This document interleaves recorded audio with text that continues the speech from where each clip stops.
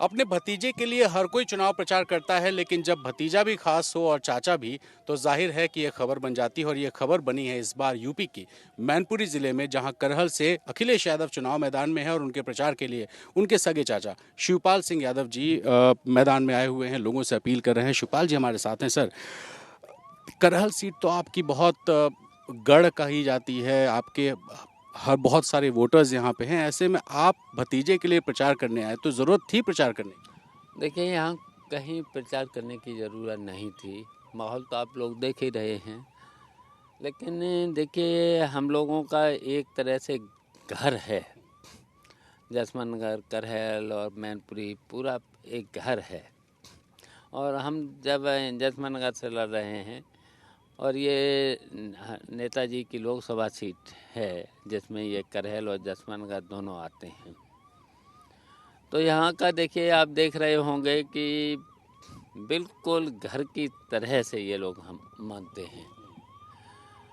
तो ज़रूरी था यहाँ आना, एक ज़रूरी। चाचा के तौर पर आए हैं या गठबंधन सहयोगी के तौर पर? देखिए, वैसे तो मैं प्रगतिशील समाजवादी पार्टी का राष्ट्रीय अध्यक्ष भी हूँ और हमारा गठबंधन भी है।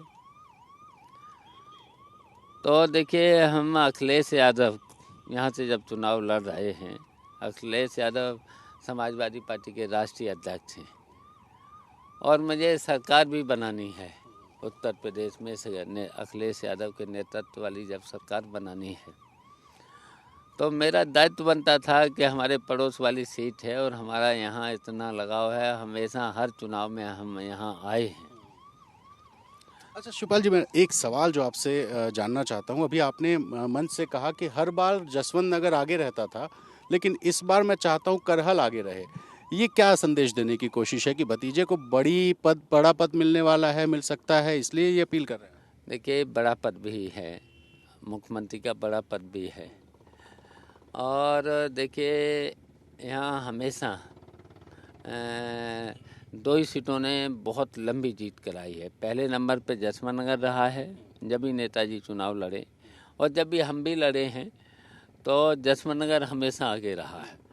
अब की बात जब यहाँ अखिलेश लड़ रहे हैं, तो हम चाहते हैं कि जब बड़ा पद है, मुख्यमंत्री के उम्मीदवार हैं अखिलेश यादव, तो उनकी बड़ी जीत होना चाहिए। तो ये जैसे कंपटीशन है, जसवंत नगर और करहल में कंपटीशन है जनता में। तो इस कंपटीशन में आप चाहते हैं कि आप हार जाएं?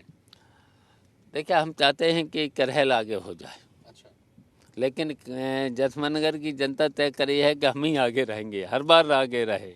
तब दोनों में कंपटीशन होता है, तब अच्छा मतदान होता है।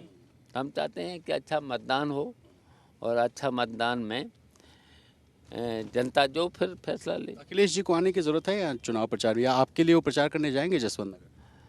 देखिए, ज़रूरत तो है नहीं, यहाँ पर नहीं आए तब भी एक तरफा चुनाव है दोनों विधानसभा में, और आना चाहेंगे तो स्वागत है। अच्छा सर, एक सवाल। आपने कहा कि 2017 में आपको केंद्र में मंत्री बनने का ऑफर मिला था।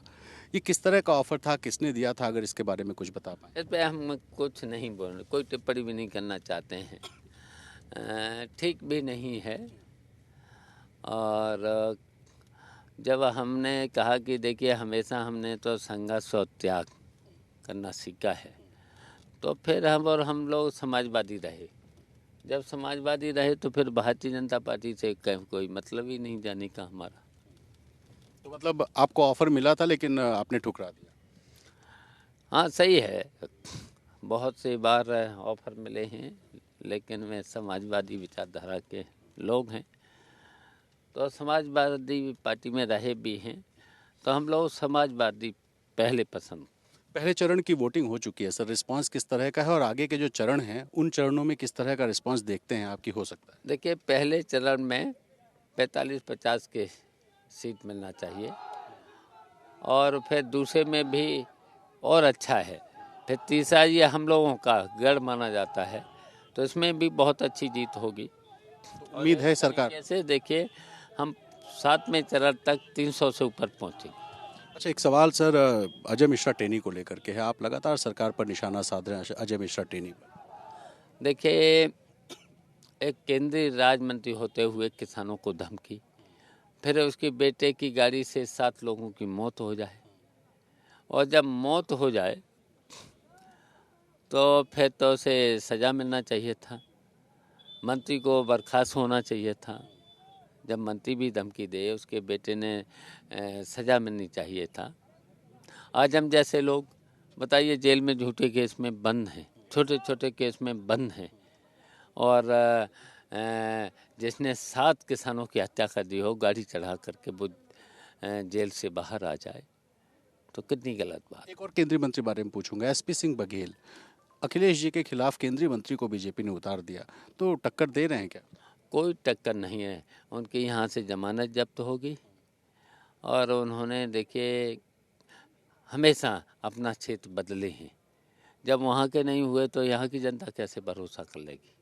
नहीं भरोसा कर सकते यार। यहाँ उनकी जमानत जब्त होगी, कोई टक्कर नाम की चीज़ है नहीं। 2 छोटे मेरे सवाल और, कि प्रसपा पार्टी होने के बाद भी, गठबंधन पार्टनर होने के बाद भी आप साइकिल के सिंबल पे चुनाव लड़ रहे हैं, तो क्या भविष्य में प्रसपा का विलय समाजवादी पार्टी में संभव है? देखिए ये तो समय की बात है। अभी तो हमारी पार्टी रहेगी, फिर हमारी पार्टी में संगठन भी है, पूरा राष्ट्रीय कार्यकारिणी भी है, और जब अभी तो हमारी पार्टी रहेगी। चलिए आखिर सवाल, अभी आपने लड़कों से कहा कि आप उनकी शादियां करवाने वाले हैं सर, ये शादियां करवाना किस तरीके की अपील है? देखिए लड़कों ने एकदम बोले कि साहब इतना बेरोजगार हो गए। मैंने कहा कि भारतीय जनता पार्टी ने 2 करोड़ लोगों को नौकरी देने का वादा किया था, तो लड़के बोले साहब नौकरी तो मिली नहीं, हम लोग सब लोग बिना शादी के रह गए हैं।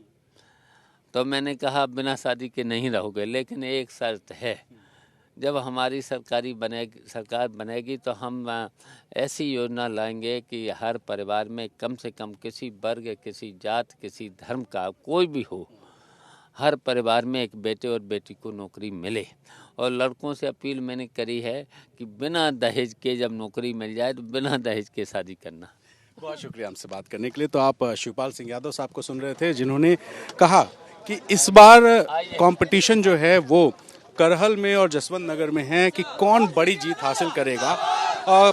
शिवपाल सिंह यादव लोगों से अपील कर रहे हैं कि इस कंपटीशन में वो चाहते हैं कि भतीजा जीत जाए, क्योंकि भतीजे के लिए बड़ा पद तैयार बैठा है, यानी कि अखिलेश यादव विधायक बनेंगे तो मुख्यमंत्री बनेंगे। इसलिए शिवपाल यादव अपील कर रहे हैं कि जसवंत नगर की जगह लोग बड़ी जीत करहल को दिलाएं। तो देखना होगा कि किसको बड़ी जीत मिलती है और क्या समाजवादी पार्टी की सरकार बनने का दावा सही होता है।